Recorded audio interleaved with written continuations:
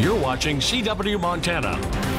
This is the MTN 9 o'clock news. Good evening. Thanks for joining us on this Wednesday. I'm Andrea Lutz. A third roof caves in Bozeman, this time not at Montana State University, but it's still having impacts just as heavy. We're going to show you where. Plus, a growing area of Missoula has a growing need for more space in the classroom. We'll take you inside and give you a look at the Missoula Hellgate Middle School. But first, they're calling it the bomb cyclone, and tonight it's grounding flights, closing roads, and making people miserable all across the Rockies and the United States, central United States. Along with the snow, the ferocious winter storm is unleashing 97-mile-per-hour winds in parts of Colorado, gusts in some areas equivalent to a Category 2 hurricane. And in Colorado, more than 100,000, I should say, it's a big number, outages reported there. And although Montana is mostly being missed by the bomb cyclone, we are still feeling its impact. And the impacts are being felt at Montana's major airports. All but one flight to Denver out of Billings was canceled due to 60-mile-per-hour winds and zero visibility at the Denver International Airport. Both Bozeman and Great Falls are also reporting canceled flights to Denver. And those with United Airlines say that they have alerted travelers as early as Monday that flights might be impacted. However, we're told United flights should start to resume later in the day on Thursday. And now road closures in our neighboring states even. They're being impacted as well by this bomb cyclone storm. In Wyoming, Interstate 90 closed from the Sheridan exit to Piney Creek Road due to a law enforcement request. The closure is because of a blizzard which started to make its way through South Dakota. This is making dangerous travel, heavy snow, high winds, and some freezing rain conditions. Wyoming officials recommend motorists do not travel on Thursday, and state offices in Wyoming are also closed at the request of the governor. Parts of Interstate 15 shut down after a semi-truck hit a snowplow in the passing lane, and it all happened in the northbound lane. Montana Highway Patrol says it happened when a semi-truck was passing another semi. The driver didn't see the snowplow in the passing lane. Then the driver of the semi swerved to avoid the snowplow and slid into the median before hitting a pillar at Conrad's Midway Road overpass. Two occupants in the semi were taken to Ponderay Medical Center with unknown injuries, and the drivers of the other semi and the snowplow were not hurt. Wow. Tonight, a Belgrade nonprofit is grappling with how to move forward after a roof collapsed at a horse arena. The Serenity Ranch is a place for women veterans to train rescued horses. Now questions remain as the collapse halts their work. MTN's Cody Boyer has the story. I didn't hear it, and I just came down here in the morning and it had collapsed. Serenity Ranch Executive Director Suzanne Carter says the site of her nonprofit's prized arena, twisted and smashed, was almost too much to take in. I just kind of burst into tears. But, you know, was very thankful there were no horses in there and no people. Suzanne's ranch houses about 90 horses, all trained to help women veterans cope with PTSD and other trauma. Without the arena, that mission has hit a roadblock. It was our arena is where we trained our horses, kept my hay in there. It was just an all-round amazing building that, you know, was very integral to how we run this place. Suzanne says this barn alone, the arena, will cost hundreds of thousands of dollars to replace. But beyond the monetary value to both veterans and horses, it means so much more.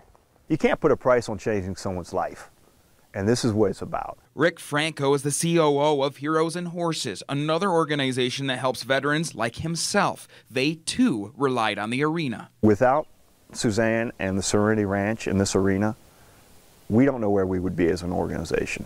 Her grace has allowed us to train horses and put veterans through the program. Now, Suzanne says donations and the help of volunteering could make all the difference. She adds that her mission will not be stopped by snow. This place is a wonderful place, and everybody is welcome here. In Bozeman, Cody Boyer, MTN News. So glad that nobody was hurt. Now, the ranch is accepting donations and looking for volunteers to help get it back up and running. Montana State University officials say that after a campus-wide evaluation, all flat roof buildings are safe. MSU leaders say there are no structural concerns with any buildings outside of the fitness area. While the cold weather may cause those leaking roofs and some water line breaks, officials say it shouldn't constitute structural concerns. However, anyone who does notice an issue with the building should report it right away to facility services. An investigation still underway regarding the collapse of the South and North gyms. Tonight, we're closely watching lowland flooding after the National Weather Service issues an alert for Montana streams and rivers. This especially in light of those recent sub-zero temperatures. MTN's Rob Griggs takes us for a look at the Yellowstone River. Well, it's about time we start thinking about spring runoff and some potential flooding. Now, flooding typically occurs in lowland areas because of snow melt in the immediate vicinity, also spring runoff, heavy rains, and ice jams. Now, right now, near the Billings area along the Yellowstone, ice jamming isn't too much of a concern, but because we had such a stretch of super cold weather, the ice is thick in some places, and in the next 10 days, as daytime temperatures begin to rise, lowland flooding could be a concern. A couple of things to keep in mind with lowland flooding. You want to stay away from and certainly stay off the ice at all times. You also want to bear in mind that with lowland flooding, if you have livestock and cattle, you want to move them away from the river, get them away from the water. You might also think about some flood insurance. The bottom line is safety first. This time of year, we need to be careful around our waterways and expect some ice jam flooding within the next couple of weeks. Along the Yellowstone River near Billings, Rob Griggs, MTN News. Some good information. Thanks, Rob. Montana Governor Steve Bullock unveils a proposal to do away with dark money campaign spending in Montana. Along with the governor, Missoula Senator Nate McConnell is sponsoring that bill. The mission is to prevent foreign nationals from spending money on Montana elections and make it illegal to accept such contributions. Bullock says a recent Supreme Court ruling created a loophole that enables foreign governments to spend on American elections. The bill would close that loophole. Montana elections ought to be decided by Montanans, not foreign governments or foreign corporations. Now's the time to stand up, to work across the aisle, and to continue to fight for a system where government works for Montanans and not anybody else. The foreign money ban does exactly that. The bill hasn't been scheduled for a committee hearing just yet. A bill to support Colstrip's power plant is thrown out at the Montana legislature, but then a new bill is introduced right in its place. It's dubbed the Montana Energy Security Act. The bill says Northwestern Energy gets to charge ratepayers operation costs and buy the plant for $1. Critics of the new bill say it's still a form of corporate welfare. Colstrip Senator Dwayne Ankney says Northwestern needs to recover the costs of running the plant. Gives them that degree of certainty because, like I say, O&M costs, you don't get a rate of return. That's just money, and you got to have some kind of certainty to run them out. And because it was just introduced today, that new measure has not yet been scheduled for a hearing. The Montana Grizzlies and Montana State Bobcats are in Boise, Idaho at the Big Sky Tournament, all in hopes of making it to the big dance. Bobcat men were in action today, shooting for their first postseason win in 10 years against Idaho. MTN's Derek Berkeley picks up our coverage. The Big Sky Conference men's basketball tournament tipped off here on Wednesday in Boise. And it started out with Montana State's men, the 6th seed, taking on last place Idaho. The Bobcats hope to make some noise here in this bracket, but they got a scare early from the Vandals. Idaho jumped out to a 10-0 lead.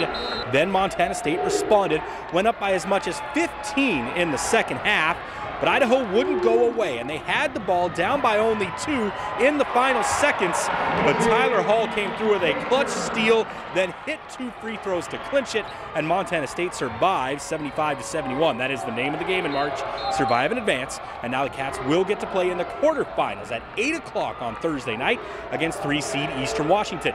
The top-ranked Montana men will see the floor for the first time on Thursday at noon. They'll take on 8th place Sacramento State, looking for a spot in the semifinals.